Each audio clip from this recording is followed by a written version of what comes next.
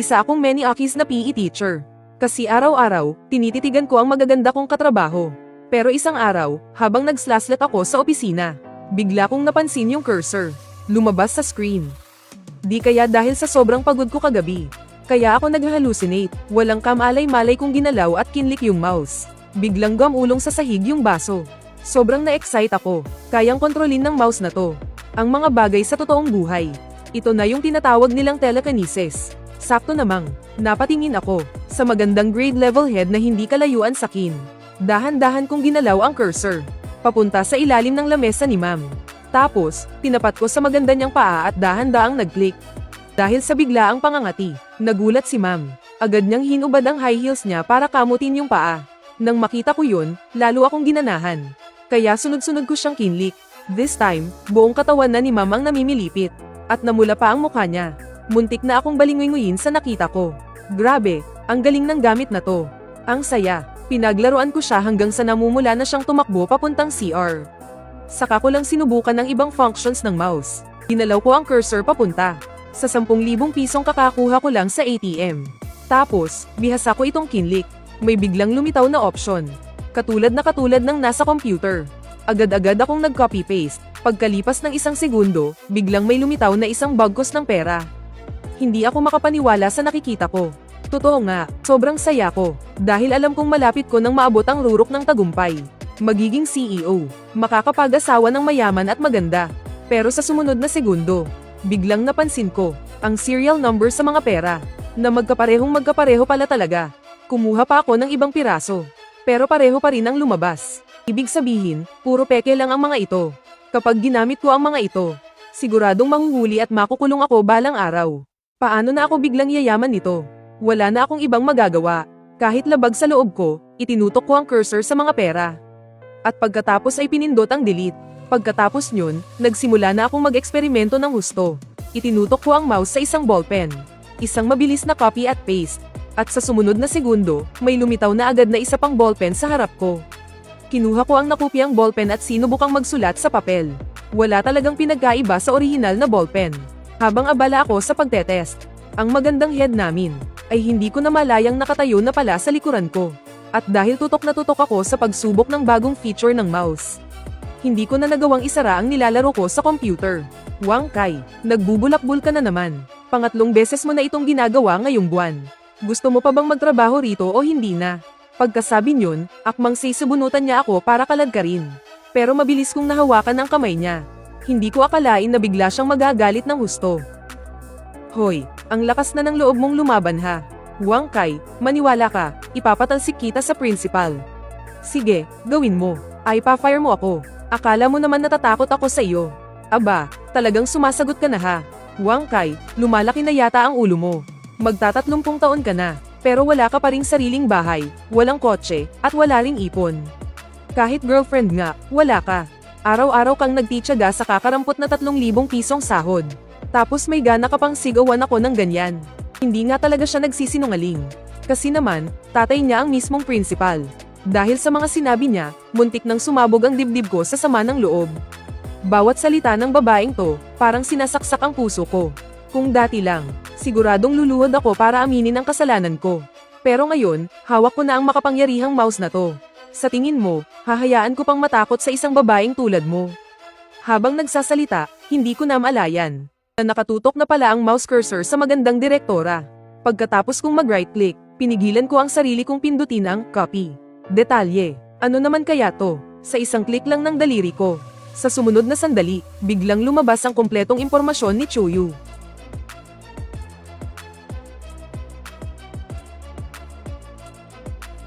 Teka, kaya palang ipakita ng mouse na to pati impormasyon ng tao. Ayos. Ito na naman ang isang bagong paraan para yumaman. Hoy, kinakausap kita. Naririnig mo ba ako? Tumigil ka nga sa panggugulo mo. Hindi mo ba nakikita yung pag-uugali mo? At saka, sasabihin ko sa'yo, malapit na akong yumaman ng todo. Pagdating ng araw, magkakaroon ako ng mag-agarang sasakyan at titira sa mansyon. Baka sakali pag-isipan ko pang kunin kang sekretarya ko. Haha, hey, Wang Kai, gusto mo ba akong mamatay sa kitatawa? Sa ugali mong yan, wala kang mararating pagkaalis mo sa eskwelahan. Tandaan mo to, Wang Kai, kung darating talaga ang araw na yon, Maniwala ka't sa hindi, luluhod ako sa harap mo at aaminin kong talo ako. Oh, teka lang. Ulitin mo nga yung sinabi mo. Dare mo. Agad kong kinuha ang cellphone ko at binuksan ang video recorder. Itinutok ko ito sa magandang direktora na laging sumusulpot sa isip ko tuwing may gantimpala. Ikaw, sige ba, bakit hindi? Ako, si Chuyu, ang nagsasabi nito. Na kapag umalis na ang wangkay na yan sa eskwelahan, kung talagang darating ang araw na magkakaroon siya ng mag-agarang sasakyan at titira sa mansyon, diretso akong luluhod sa harap niya para kantahan siya ng Conquer. Sige, sige, sige, sinabi mo yan, ha? Tandaan ko yan. Nakatingin ang lahat, ha? Kayo ang magiging testigo ko pagdating ng araw. Pinatay ko ang cellphone ko. Hindi ko binigyan ng pagkakataon yung magandang direktora na yun na kumontra. Diretso kong inihagis ang teacher's ID ko sa mesa. Chuyu, maghintay ka lang. Pagkalipas ng ilang araw, sasanduan ka ni Kuya pauwi sakay ng Cullinan. Kantahan mo si Kuya ng Conquer. Habang ang magandang direktora ay nakatingin ng may pandidiri.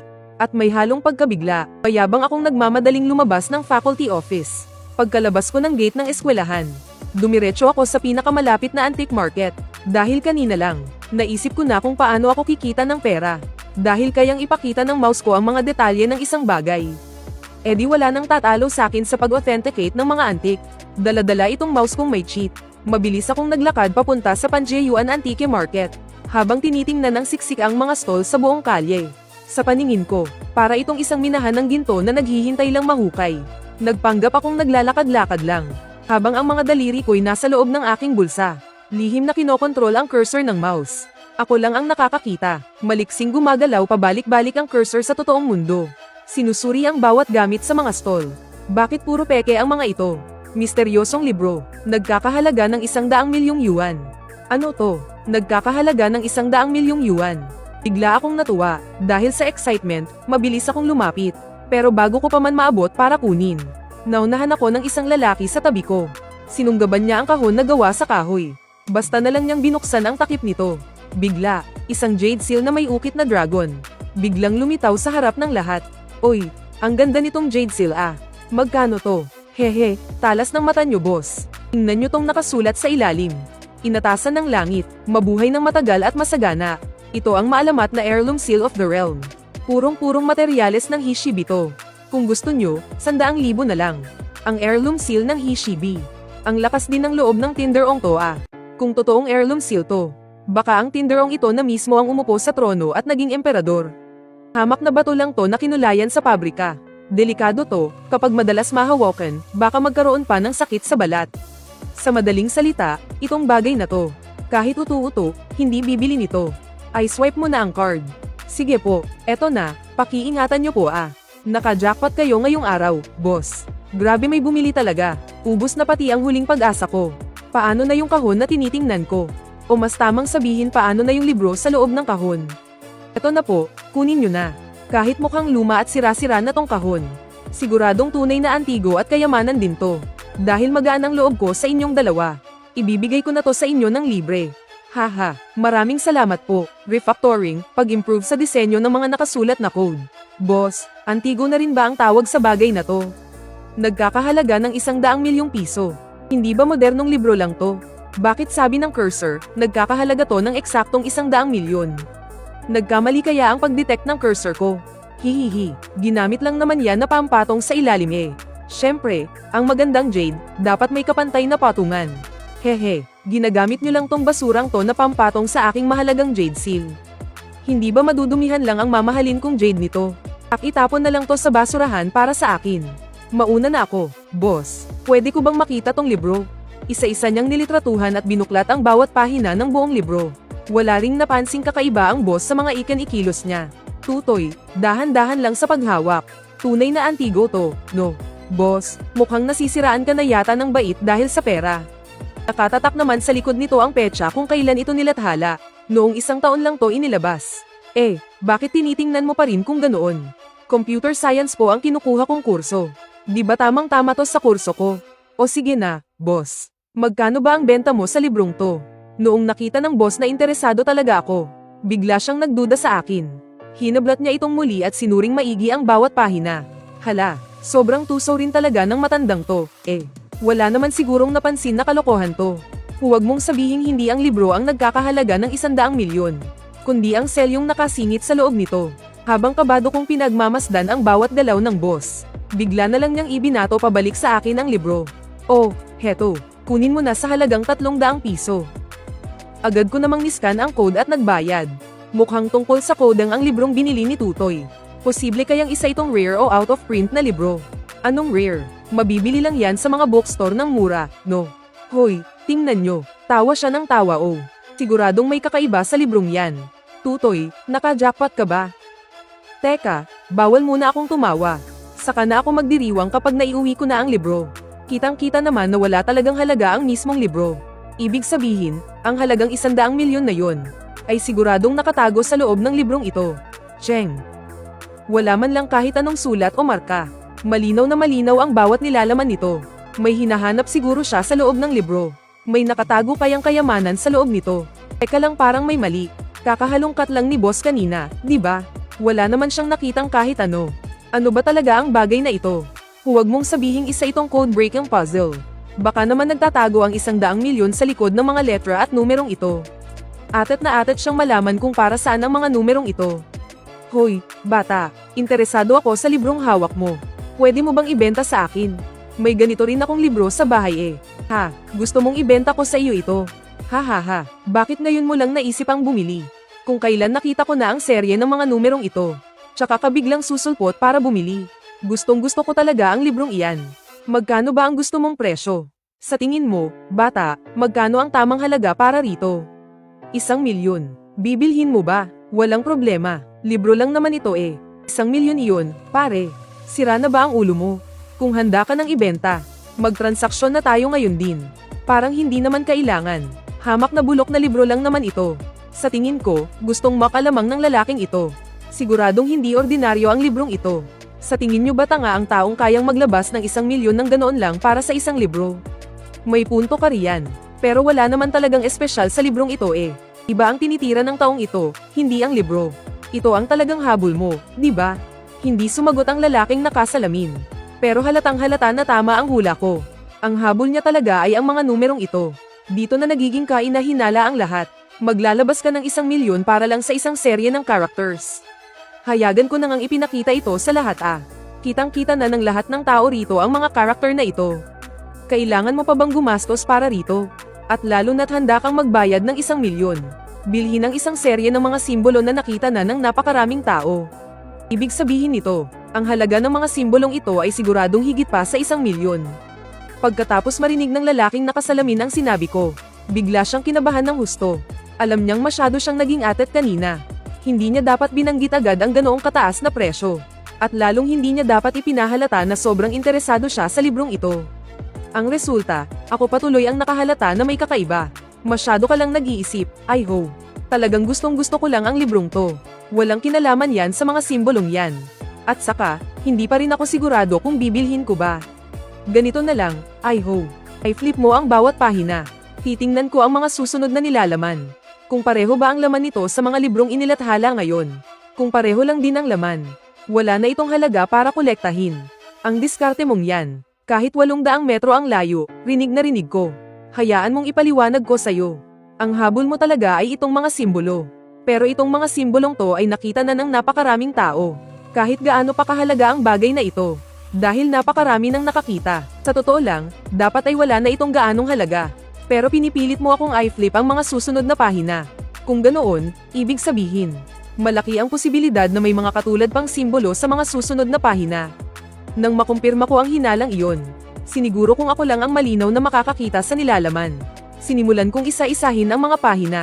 Pagkalipas ng mahigit 20 pahina, sa blankong espasyo sa itaas, mayroon ding isang serye ng mga simbolo na isinulat gamit ang ballpen. Ano ba talaga to? Ay ho, pwede mong basahin ng malakas. Tutulungan kitang ID code. Anong tingin mo sakin, tanga? Akala mo ba hindi ko mahuhulaan kahit di mo sabihin? Sa dami ng mga matang nakatingin dito, ikaw lang mag-isa ang nakaintindi. Palagi na lang ako ang nakakalamang sa iba. Wala pang sino man ang nakaisa sa akin. Bata, huwag ka munang magmadali. Tatanong ko sa tatay ko. Programmer din yun gaya ko. Siguradong maiintindihan niya to. Programmer din ako. Pero ang mga karakter na yan, hindi naman mukhang code. Medyo gabi na rin. Maghahanap muna ako ng matatambayan para makapagpahinga. Sige na, magsiuwi na kayo. Paalis na sana ako, pero mukhang may mga taong hindi mapakali. Gaya na lang nung lalaking nakasalamin. Ang iba naman, nagsimula na talagang tumawag sa telepono. Sa sandaling ito, sa loob ng isang marangyang mansyon sa Thompson Hippen. Si Zhao Gao, na isang partner sa isang tanyag na AI tech company, ay kasalukuyang sinusubukan ng produktong sarili nilang gawa. Bakas sa mukha niya ang pagkayamot matapos maabala ng isang tawag. Lao Zhao, tulungan mo naman akong alamin kung anong ibig sabihin ng mga karakter na to. Nagkakahalaga raw ang bagay na to ng 1,000,000 piso. Wala ka na ba talagang magawa sa buhay? May time testing akong produkto rito. Hehe, ikaw lang naman kasi ang kilala kong bigatin pagdating sa programming. Wala namang ibang nakakaintindi nito rito. Ay send mo na rito at nang matingnan ko. Huwag mong ibababa ang telepono. Binuksan ni Zhao Gao ang mensahe. Pagkakita sa mga karakter na ipinadala sa kanya.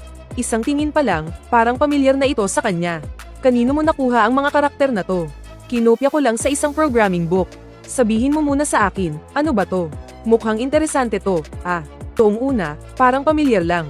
Hindi ako sigurado, pero dahil sinabi mong galing yan sa isang programming book, nasa 70 hanggang 80% ang katiyakan ko.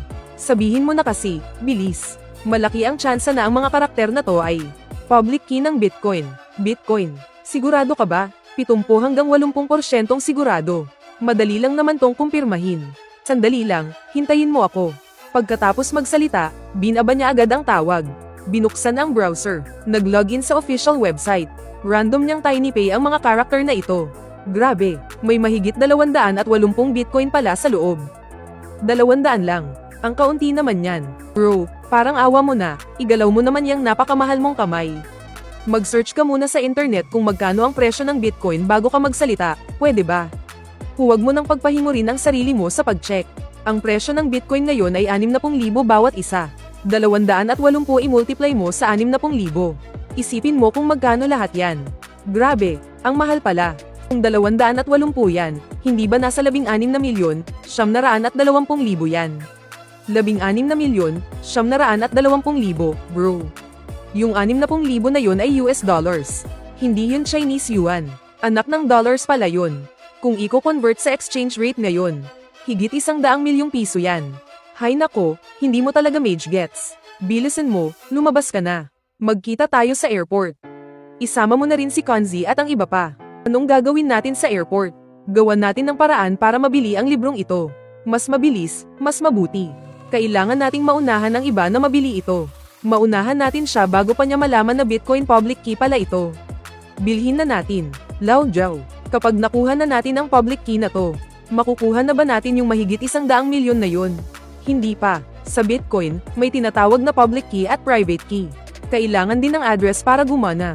Halimbawa, ang public key ay parang bank card na ginagamit natin. Ito yung pwede mong ipakita sa kadil mo. Ang bank card ay nagsisilbing address naman, na kailangan sa pag-transfer ng Bitcoin. At ang private key naman ang nagsisilbing pin ng bank card mo. Naiintindihan mo naman ang sinasabi ko, di ba? Kaya bibili pa rin tayo. Hindi ba parang pagpapakatanga lang yun? 1,000,000 piso para sa pagkakataong ito. Hinding-hindi ka lugi rito. Kinabukasan, maagang maaga pa. Bumangon na ako sa kama. Kinuskus ko muna ang mga mata kong inaantok pa. Pagkatapos magayos at magsipilyo, dinala ko na ang libro sa bag ko. Umaba ako para mag-almusal, at dumiretso na agad sa Panjeyuan. Habang nakatulala ako sandali, may 2 taxi na huminto sa tabi ng kalsada. 8 lalaki ang bumaba mula sa mga sasakyan. Pagtingala ko, halata pa ang pagkalito sa aking mga mata. Magandang araw po, Ginoo. Hayaan mong ipakilala ko ang aking sarili. Ako si Zhao Gao. Kilala niyo ba ako? Nakita kita kahapon sa Panjeyuan nung binili mo ang librong yun. Interesado kami doon sa librong nabili mo sa bangkita. Interesado talaga kami. Mas mabuti siguro kung lumipat tayo ng lugar. At maupo para makapag-usap tayo ng maayos. Pinuntahan niyo ba ako para sa mga simbolo na yun? Tama ka. At sa sandaling iyon, may ilan pang taxi na huminto sa paligid. May mga tao uling bumaba. At agad nila akong hinarap. Mabilis silang lumapit sa akin. Hello po, Ginoo. Sa loob lang ng ilang minuto, napalibutan na ako ng 12 ng tao. Malinaw na hindi sila ordinaryong mga tao lang. Sa katunayan nga, nararamdaman ko na silang lahat ay mga bigatin sa kani-kanilang larangan. At kasabay nito, siguradong alam nilang lahat kung ano ang kahulugan ng mga simbolong yun. Ako na lang ba talaga ang walang kaalam-alam? Hoy, Kaibigan, yayaman ka na. Higit sa 100 milyon ang halaga niyan. Tol, yung librong binili mo kahapon sa bangkita. Yung nakasulat doon, Bitcoin Public Key yun. Huwag na huwag mong ibebenta yung libro. Kahit anong mangyari, huwag mong ibenta. Ang mga taong to, gusto lang makalamang sayo. Yung unang dumating, si Zhao Gao yun. Partner siya sa Super AI. Yung katabi niya, mukhang sikat na vlogger. At yung nasa kaliwa naman, partner sa isang tech company. Sabi ko na nga ba, bakit naguunahan ang mga bigating opisyal mula sa ibang bansa? Wala silang kibo, akala ko hindi nila napansin. Yun pala, lahat sila nakita yun. Kaya pala nagkakandara pa silang lahat para makakuha ng murang deal. Sige na, magsiuwi na kayo. Hindi po binibenta ang librong to. Mister, wala ka namang mapapala kung itatago mo lang yan. Ano sa tingin mo sa 2 milyong piso? 3 milyong piso, mister. Isa ka rin sa mga gustong manlamang, no? Hindi mo lang siguro binibenta dahil hindi pa abot ang presyong gusto mo.